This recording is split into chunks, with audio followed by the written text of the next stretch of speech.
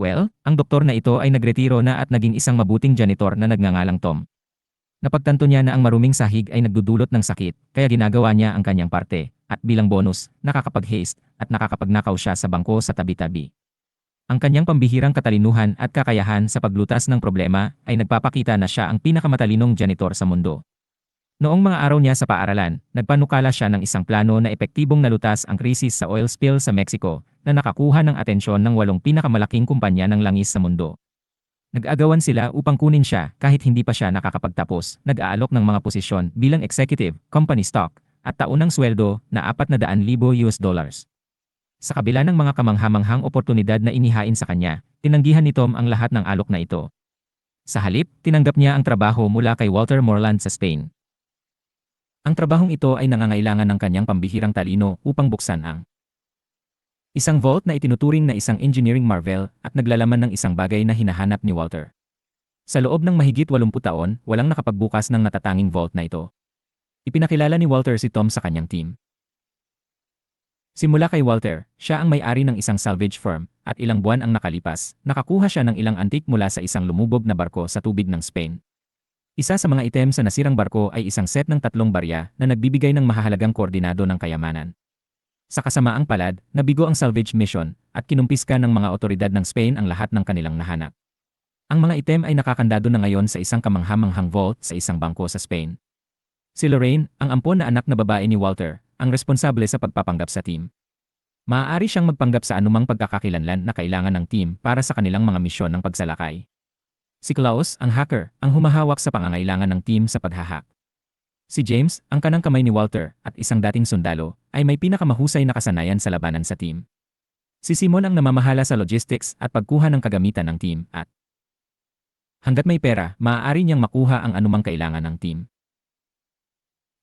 Sa unang araw ng pagdating ni Tom, nakatagpo ng problema ang team sa paghahack sa sistema ng bangko. Kailangan nila ng code para makapasok, ngunit hindi ito available at nagmamadali sila. Upang malutas ang issue, iminungkahi ni Tom ang isang simpleng solusyon.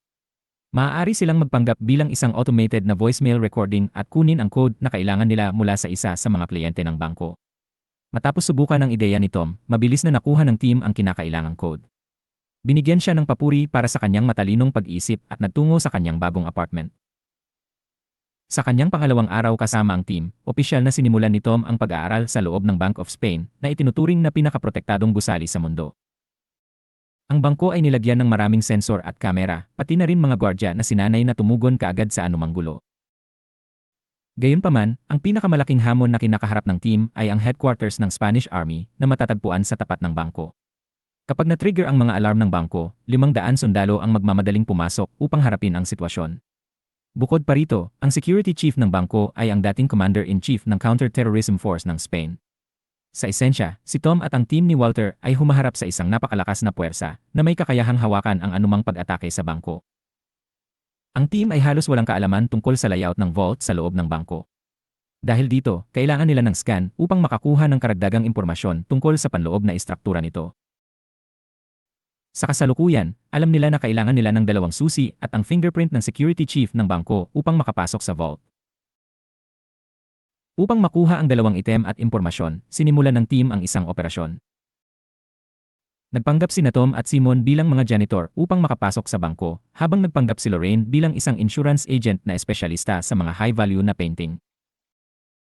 Sa loob ng mga kwarto kung saan nakaimbak ang mga painting na ito, may mga safe sa likod ng mga painting na naglalaman ng mga susi na kailangan upang ma-access ang vault. Habang papunta sa mga painting, lumakad si Lorraine kasama ang Chief of Security at hiniling na hawakan niya ang kanyang kape upang makapagkamay siya sa direktor ng bangko. Nagawa niyang makuha ang fingerprint ng Chief of Security na kailangan ng team upang ma-access ang vault. Sa kwarto kung saan matatagpuan ang unang painting, tinulungan ni Klaus si Lorraine sa pagharap sa surveillance camera ng bangko. Nag-record sila ng video ni Lorraine habang nagsascan ng mga painting at i-play ito ng 10 beses na mas mabagal kaysa sa normal na bilis upang magbigay ng impresyon na walang kakaibang nangyayari. Natagpuan ni Lorraine ang safe, inihanda ang kanyang kagamitan, at nagsimulang kopyahin ang susi. Gayunpaman, dumating ang isang hindi inaasahang bisita at nagdulot ng komplikasyon. May 20 segundo na lang bago matapos ang kanilang surveillance hack, kailangang maayos ang posisyon ni Lorraine sa video. Sa kasamaang palad, ang chairman ng bangko ay nasa kanyang daan. Nagpasya si Lorraine na hilingin sa direktor na kumuha ng litrato niya habang nagsascan ng painting at hiniling na umatras siya kapag kumukuha ng litrato. Sa huling sandali, napigilan ni Lorraine ang direktor na lumabas sa surveillance video habang nagtatapos ang hack. Habang sinisimulan ni Lorraine ang kanyang paghahanap para sa pangalawang susi, nakatagpo si Tom ng issue. Ang kanyang trabaho ay iskan ang istruktura ng vault sa pamamagitan ng pagpapanggap bilang isang tagalinis at pag-access sa mas mababang palapag ng bangko. Ang vault ay pinaniniwalaang matatagpuan mismo sa ilalim ng isa sa mga meeting room sa antas na iyon. Gumapang si Tom sa ilalim ng mesa sa loob ng meeting room at sinimulan ang magnetometer upang magsimula ng pag-scan.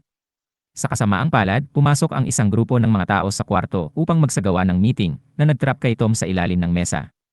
At kung hindi pa sapat iyon, nagma-function ang device at natigil sa 76% na pagkumpleto. Matapos maghanap ng solusyon, nagawa ni Tom na muling gumana ang device at sa wakas ay nakumpleto ang scan.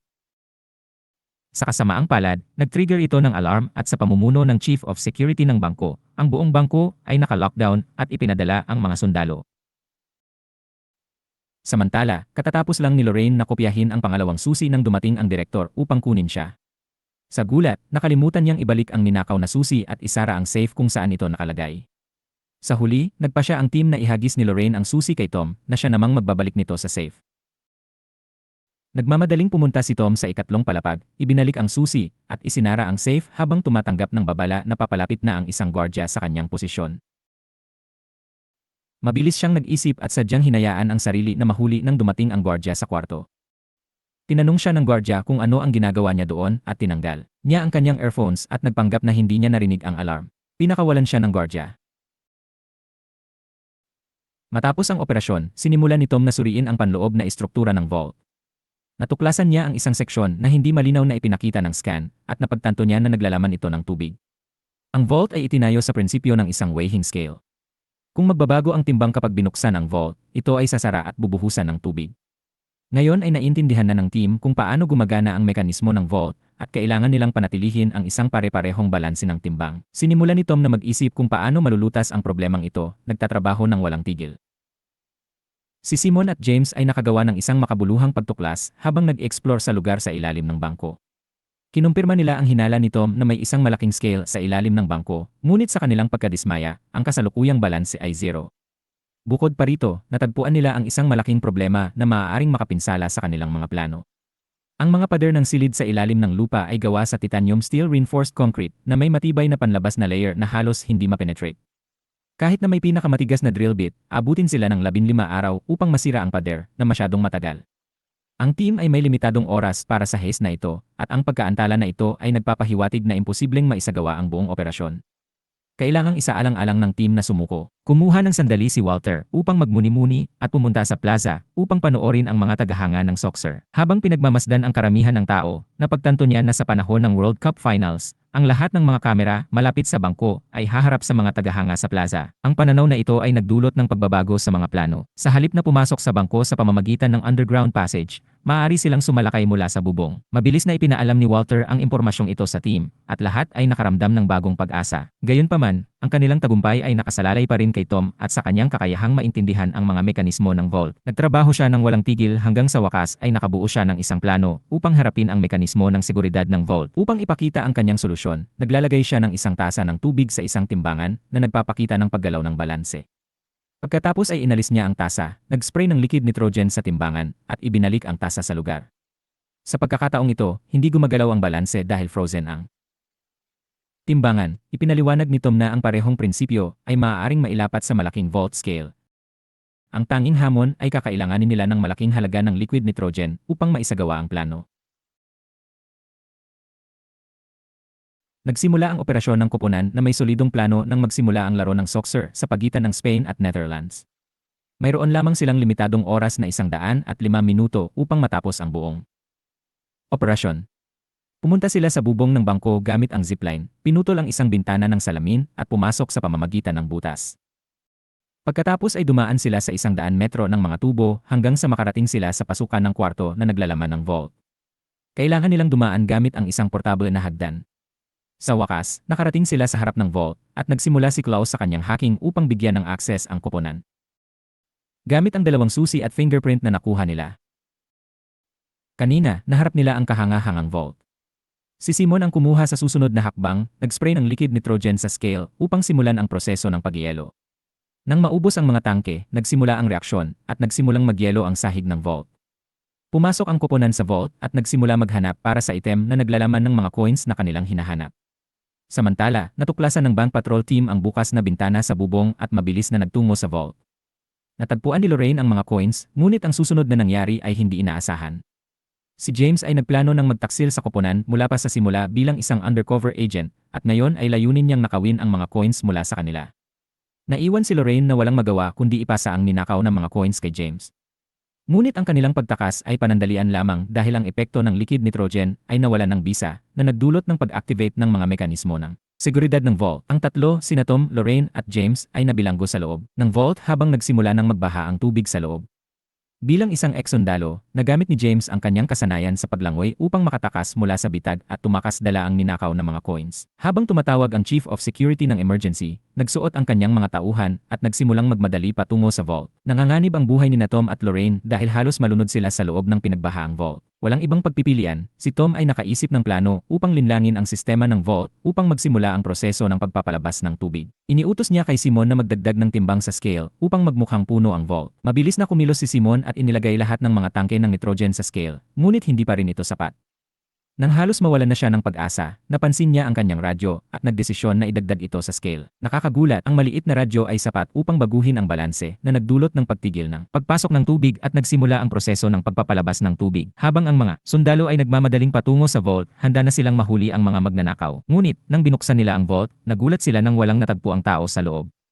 Nakatakas sina Tom at Lorraine gamit ang mga drain pipe at umakyat sila sa mga itaas na palapag ng bangko. Habang ang mga puwersang pangsiguridad ay malapit na sa kanila, nauubos na ang oras nila. Sa isang mabilis na pag-iisip, naalala ni Lorraine ang isang kwarto na binisita niya kanina para sa pag-scan ng mga painting. Naalala niyang ang direktor ng bangko ay karaniwang nag-iiwan ng bintana sa kwarto na yon na bukas. Walang pag-aalinlangan, mabilis na nagtungo sina Tom at Lorraine sa kwarto na yon at umalis sa bangko gamit ang bukas na bintana.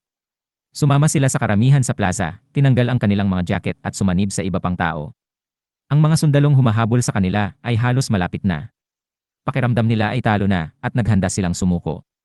Ngunit dumating ang kapalaran. Nanalo ang Spain sa laro ng soccer at ang karamihan ng tao ay nagsimulang magdiwang at mag-ingay. Ang ingay at kalituhan ay nagpasikat sa kanila upang makaligtas mula sa mga sundalo at nakatakas sina Tom at Lorraine nang hindi nahahalata. Ilang araw ang lumipas, ibinalik ni James ang ninakaw ng mga coins sa kanyang employer. Ngunit, nang i-decode nila ang coordinates, napagtanto nila na patungkol ito sa Eiffel Tower, na hindi ang tamang lokasyon. Napagtanto nila na naloko sila ni Walter at ng kanyang kupunan. Samantala, pinalitan ni Lorraine ang mga coins sa vault na nagdulot kay James na nakawin ang maling coins. Si Tom at ang kanyang kupunan ay nasa isang resort sa France at nadiskubre ang mga tunay na coordinates ng yaman na kanilang hinahanap. Nalaman nila na ang yaman ay nakatago na ngayon sa Bank of England. Ang kupunan ay naghahanda para sa isa pang heist, handang ilabas ang kanilang kasanayan upang subukan muli.